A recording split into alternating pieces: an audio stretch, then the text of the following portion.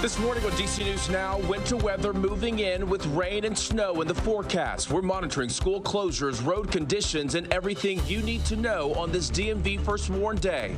Plus, a terrifying near miss. Hear from the woman who narrowly escaped being hit by a stolen SUV on the run. 60 years since the British invasion reached D.C., a look back at the Fab Four's first performance in the district. And Mardi Gras returns to the French Quarter today. The celebrations in New Orleans and right here in the DMV. You're watching the station covering all of the DMV. This is DC News Now. Good morning. It is a DMV First Warn Day as rain and, as you can see, some snow impacting parts of our region. You are looking live at the radar and a live look outside right now. You can see the snow is definitely falling in western parts of Maryland and some other areas. Jackie will have more on that coming up, but there are also some school closings and delays. Those are scrolling right now at the bottom of your screen, so do check those out before you head out the door. But good morning. I'm Tanaya Wright. Good morning, Jim. Corey James. Shanika, she's tracking the roads. We're going to check in with her in just a second. Jackie is keeping an eye on the forecast. You said Central Maryland getting hit too. Yeah, we're seeing that right now. Hagerstown, Frederick County, Maryland, and now extending into northernmost parts of Montgomery County. Looks like that leading edge inching closer and closer towards the Beltway right now. If anything, we're looking at some wet snowflakes possible around the district as we look ahead towards the 9 o'clock hour. But it looks like the leading edge of that snow is really where this line is that I drew here. It's mainly just ever so slightly south and east of that rain snow line on the map in Virginia. So it is extending into far southernmost parts of Fauquier County and moving into southernmost parts of Fairfax County as we speak. However, is it sticking? Really not so much, especially into Fairfax County where temperatures are in the upper 30s. Those road temperatures at least. Farther off towards the north and west, yes, it is sticking. We're noticing that on our Hagerstown live camera. Those roadways snow covered. You can see the tire tracks going by as those roads are getting a bit more busy, especially as you're getting through that morning commute time. But right now, I do want to toss it over to our very own Candace Cole, who is live outside in Loudoun County, where, yes, it is still snowing. Candace Cole, good morning. Good morning. Yes, it is snowing and the wind is blowing. I can tell you, just getting out of the car and walking over here to do this live shot, the ground where we are is actually starting to get a lot more slick. So definitely take your time if you do have to be out here driving, walking, whatever. Take your time. And I want to show you the snow is definitely starting to stick out here, and it's starting to accumulate quite a bit.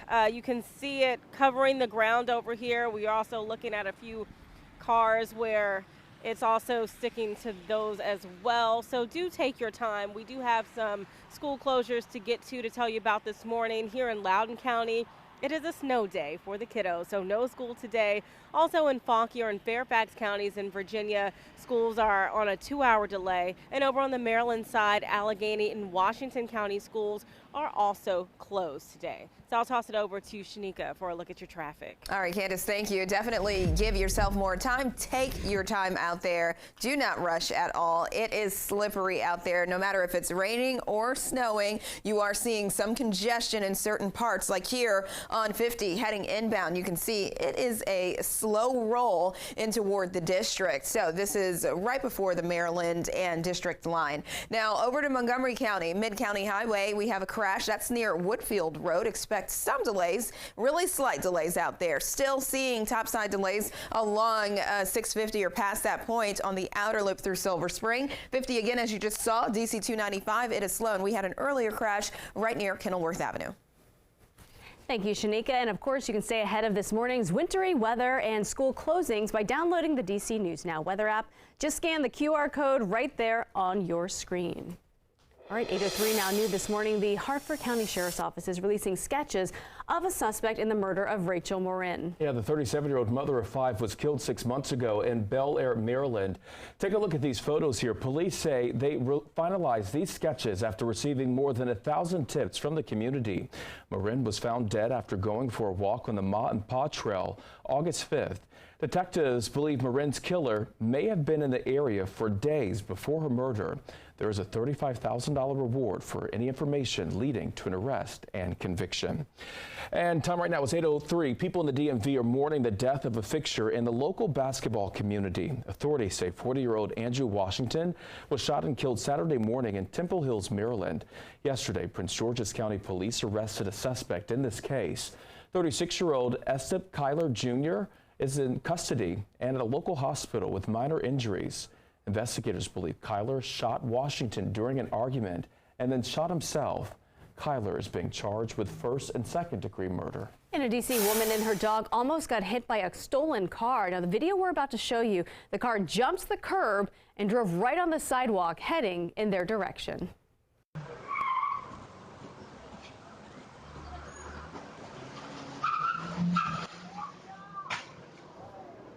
Look at that. Now, D.C. police say the car was stolen from S Street Northeast. They say it was parked, then took off, starting a chase. The woman, Evelina Voronina, says she is thankful that she was not hurt. It was just like, okay, I have Luna. I need to get her out as soon as possible, but also kind of realization that the car coming through should not be in here. And the car is one of 500 stolen so far this year. And police in Fairfax County are sharing tips on how you can keep your car from being broken into or stolen. First up, make sure you double check that your car is locked, even if you step away for just a moment. Park your car in well-lit areas, especially at night, and avoid parking in secluded areas.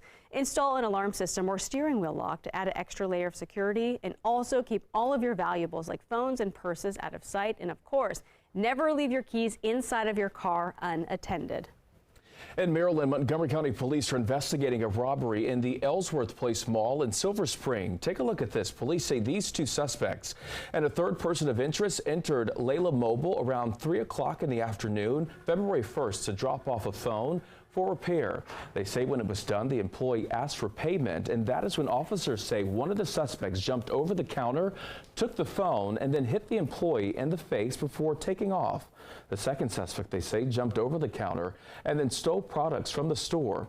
Police are asking that you give them a call if you have any information about the people in these photos.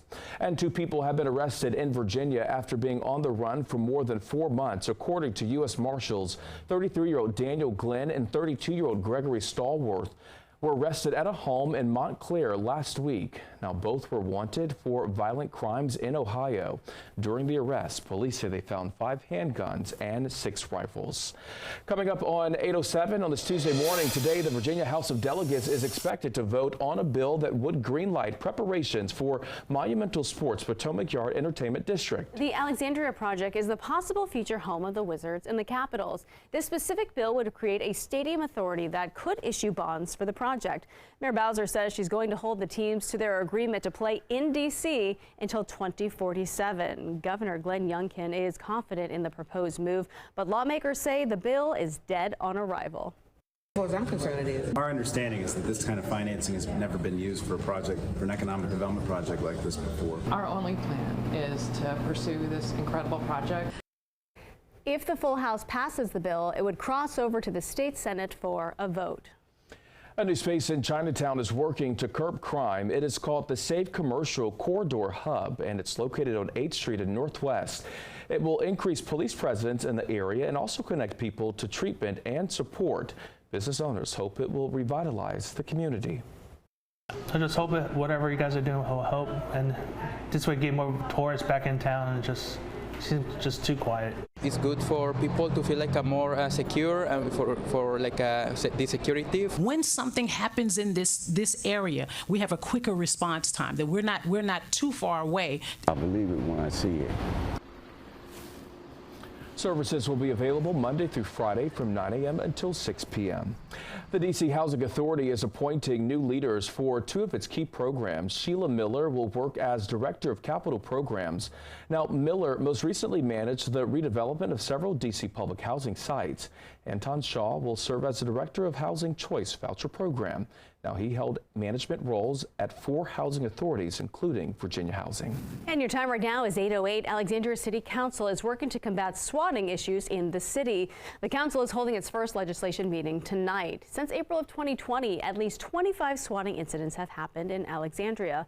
The legislation proposed the city fine people who make false threats. The fine could be nearly $3,000. And Metro asking riders to provide feedback on their potential budget cuts. Now, the cuts include a fare hike, getting rid of more than 80 bus routes, and decreasing service on all lines. Now, this all comes as Metro faces a budget shortfall caused by inflation and slow ridership recovery.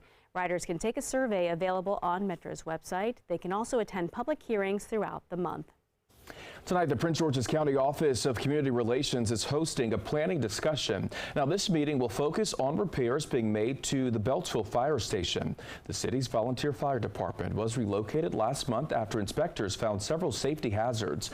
During tonight's discussion, officials will provide some details on the upcoming inspection schedule for the station. The meeting starts at 7 o'clock at the Hope Christian Church on Ammondale Road in Beltsville. Now, you must register to attend. The meeting will also be live streamed.